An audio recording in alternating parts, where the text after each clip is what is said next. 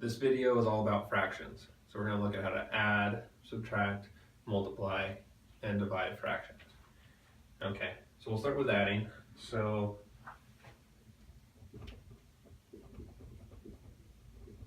two-thirds plus 1/5. Okay, so we need to find here what's known as the common denominator, which means that this number and this number need to be the same so that we can add them, right? Different rules when we're multiplying, but in this case we have to have the same, right? And so what we would find there is a number that can be the same for both of them. If you don't know, you can just multiply these two together, right? And that, so 3 times 5 is 15. Okay, so the way we do that is we go 2/3 times 5/5 equals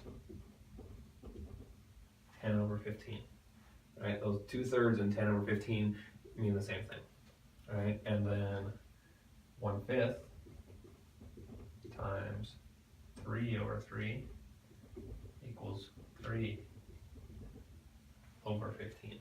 Okay, so now we've got what's called the denominator. This is called the denominator, right? The same. What we call it common denominator. And then can add those up, right? We get 13/15. Okay, so that's all we do. Find the common denominator and get it so that that denominator is the same for both those two fractions. Definitely gotta know how to do this. Okay, so let's look at another one. 3/5 plus 1/6. Okay, same thing, right? Denominators are different. You can't add them like this. You can't add them in this format. So again, let's just go ahead and multiply 5 and 6 together, right? So denominator will be 30, right? So 3/5 times 6/6 equals 18/30, and 1/6 times 5/5 is 5/30, right? And putting them together, 18/30 plus 5/30 equals 23/30, right? Remember, when that denominator is the same, it's going to stay the same here. We don't add 30 and 30 together to get 60. That stays the same, but we do add these two numbers on the top, and that's how we do that. Okay, so hopefully that starts to clarify how we add fractions. Gotta have that number on the bottom of the fraction, the denominator, the same. Okay, subtracting. Alright, so we have 2/3 minus 1/5. Okay, same thing, right? So we just did 2/3 plus 1/5, right? And if you remember, we went, same thing though, you can't subtract these when that denominator is different, right? So it's the same thing, 2/3 times 5/5 equals 10/15. Remember doing this just a second ago, right?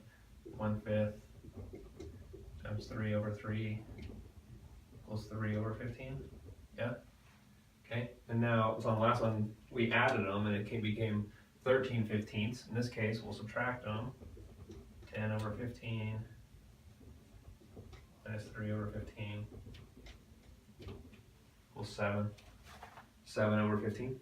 Right. So that's how you do it. Adding and subtracting, really the same setup. Got to get that denominator the same. And once you do that, you just add with the numerator, which is that top number, or in this case, subtract. Okay, multiply. Multiply is probably the easiest one, right? So let's look at that. So what if it was? I guess we're sticking with 2/3 and 1/5. 2/3 times 1/5. So in this case, you can just multiply right across, right? 2 times 1 is 2. 3 times 5, 15. There we go. 2/15. And then dividing. Guess what? The same number. 2/3 divided by 1/5. Okay, so this is the one where you have to flip, right? So when you look at 2/3 divided by 1/5, that equals 2/3 times 5/1, right? So what we did is we flipped 1/5. So now down here the 5 that was the denominator is now the numerator, and the 1 that was in the numerator is now the denominator, right? And so that equals 10/3. Okay. All right, one more. I'll make it a little bit harder. Hopefully you guys are following this pretty good. Okay, so what if they added one more thing to it?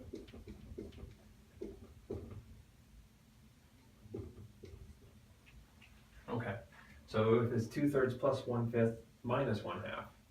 Okay, so if you can remember from the first one, 2/3 plus 1/5 ended up being 13/15, right? We found the common denominator, and 2/3 equaled 10/15, 1/5 equaled 3/15. We added them together to get 13/15, okay? So we won't go through that again, so just doing the same thing. So 13/15 minus 1/2. Okay, so what do you think we need to do here? All right, so again, common denominator, right? 15 and 2, right? So if we multiply 15 by 2, that gives us 30. So 13 over 15 times 2 over 2 equals 26 over 30.